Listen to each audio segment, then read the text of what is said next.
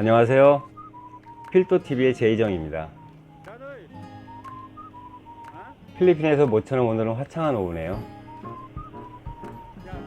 이젠 우기도 끝난 것 같은데 올해는 필리핀에 비가 꽤 많이 오네요. 오늘은 오랜만에 날씨도 좋고 해서 밖에서 친구들과 해변으로 가서 맥주 한잔 하라고 나왔습니다. 이곳은 부뚜안 시내에서도 가까운 마사오비치라는 곳이에요. 이곳은 부뚜안 사람들이 가족끼리나 친구끼리 편안하게 자주 찾는 장소이기도 하고요.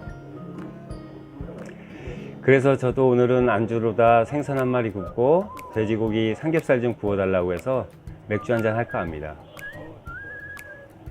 그리고 같이 온 일행 중에 두 친구는요, 유리사고요. 네, 잠시 저희 가게에 일했었어요. 지금은 백수고요. 요즘 한국 음식 전수해달라고 매일 옵니다. 얼마 전에 김치 만들어서 팔으라고 김치 담그는 거 가르쳐 주니까 부인하고 같이 잘 팔더라고요. 요즘은 저보다 나은 것 같습니다. 기특하기도 하고요.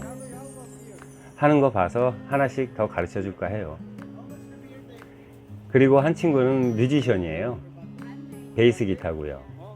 목소리도 허스키한 게 노래도 정말 잘한답니다.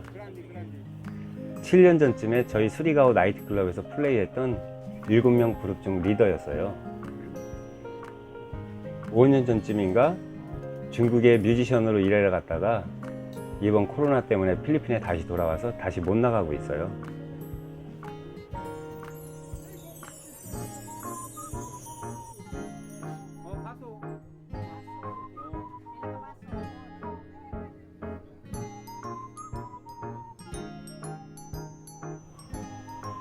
자, 이제 제가 첫 영상에서 말씀드렸던 제가 10년 전 필리핀에 처음 와서 왜 한국 사람도 없는 수리가오에 라는 곳에 정착을 하게 됐는지 말씀드릴게요. 제가 처음 필리핀에 온 이유는요, 민물 장어 때문에 오게 됐어요. 그래서 처음 다바오라는 곳에 오게 됩니다. 다바오에는 벌써 돈도 보내놓은 상태였고요. 돈은 장어 보관용 수주공사 비용으로 보냈고요. 근데 막상 다바오 공항에 도착했는데 나와 있어야 될 사람들이 전화도 안 받고 없는 거예요. 몇 번을 전화해도 안 받더니 한참이 지나서 전화가 왔어요. 미안하다고. 오는 길에 차가 고장나서 늦었다는군요. 저는 그래도 안도의 한숨을 쉬었죠. 전 그게 그 사람들과 첫 만남이었고 2명이 나왔더라고요. 그리고 주차장으로 가면서 서로 인사를 나누고 저를 차에 있는 곳으로 안내했어요. 그런데 저는 처음 그 차를 보고 엄청 당황했습니다. 저거 굴러가는 차가 맞는지. 지금도 기억이 생생하네요. 아마도 90년도 초 첫 모델 스포티지였던 것 같아요.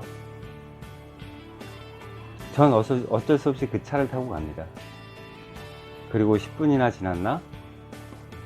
차 본네트에서 연기가 나기 시작하더군요. 이게 뭐예요? 저는 물었죠. 그들이 답하길 호텔까지는 갈 수 있을 거라더군요. 어떻게 호텔까지는 도착했어요. 같이 나온 사람 중 한 사람을 그냥 A 사장이라고 하고요. 그 사람은 차를 고친다며 다시 차를 끌고 갔습니다. 돈을 받은 B 사장은 저와 함께 호텔로 들어가고요. 방에 들어가서 저희들은 얘기를 했죠. 현장은 언제 갑니까? 물어보니 지금 수조는 다 지어놓은 상태고 장어가 그 안에서 놀고 있다고 합니다. 그런데 당분간은 못 간대요. 저는 물어봤죠. 왜 못 갑니까?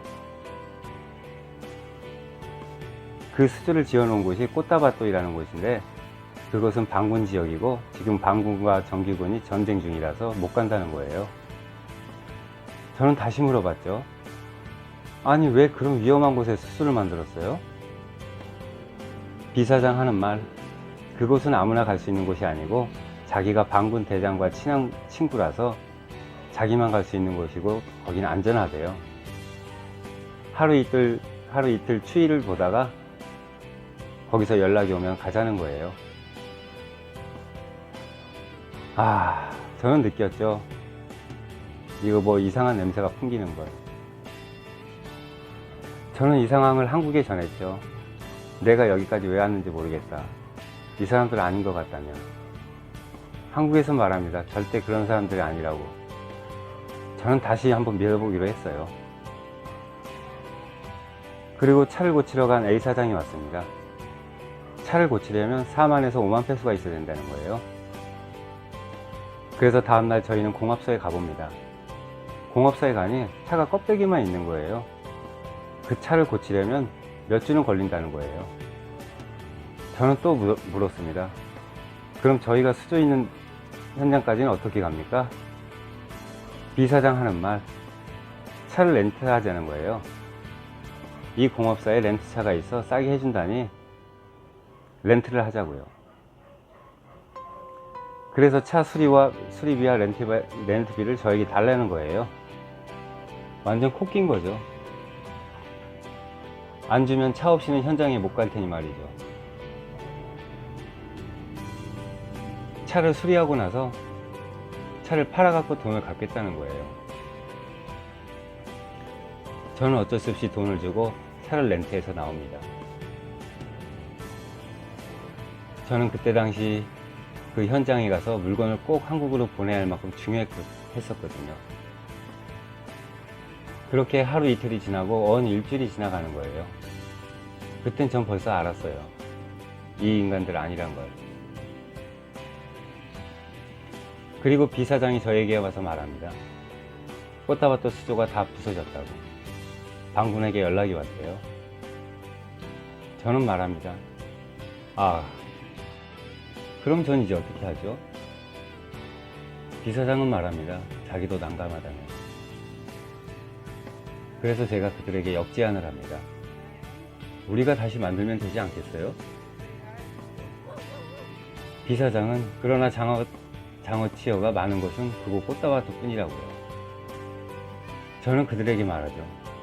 제가 치어들이 어느 환경에서 많이 살고 있는지 잘 알고 있으니 저희가 찾아보자고요. 저는 그들이 꽃다발도 근처에도 안 가봤다는 걸 알 수 있었어요. 그리고 저는 B 사장을 떠봅니다. 오늘 저녁은 박 사장님 집 가서 삼겹살이나 구워 먹자고.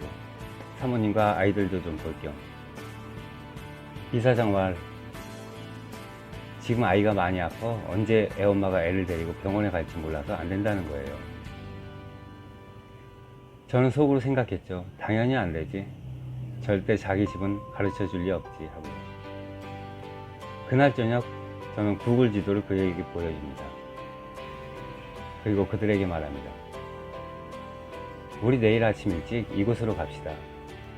그곳은 바로 수리가오였어요. 그곳에 가면 분명 치어가 널려 있고요.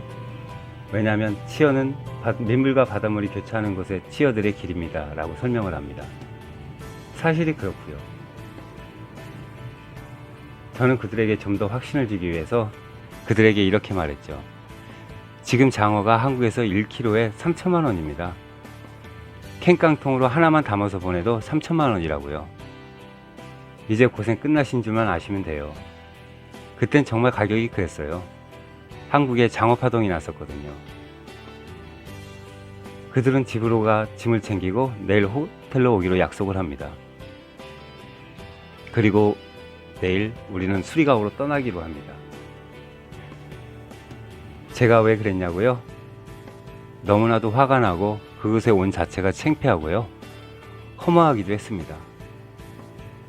또 어떻게든 물건도 구하고 싶었고요. 그래서 전 제가 들어간 돈을 찾을 수 없을 테고 해서 그들을 활용하기로 했어요. 그래도 필리핀에 대해서는 저보다 그들이 많이 알 테니까요.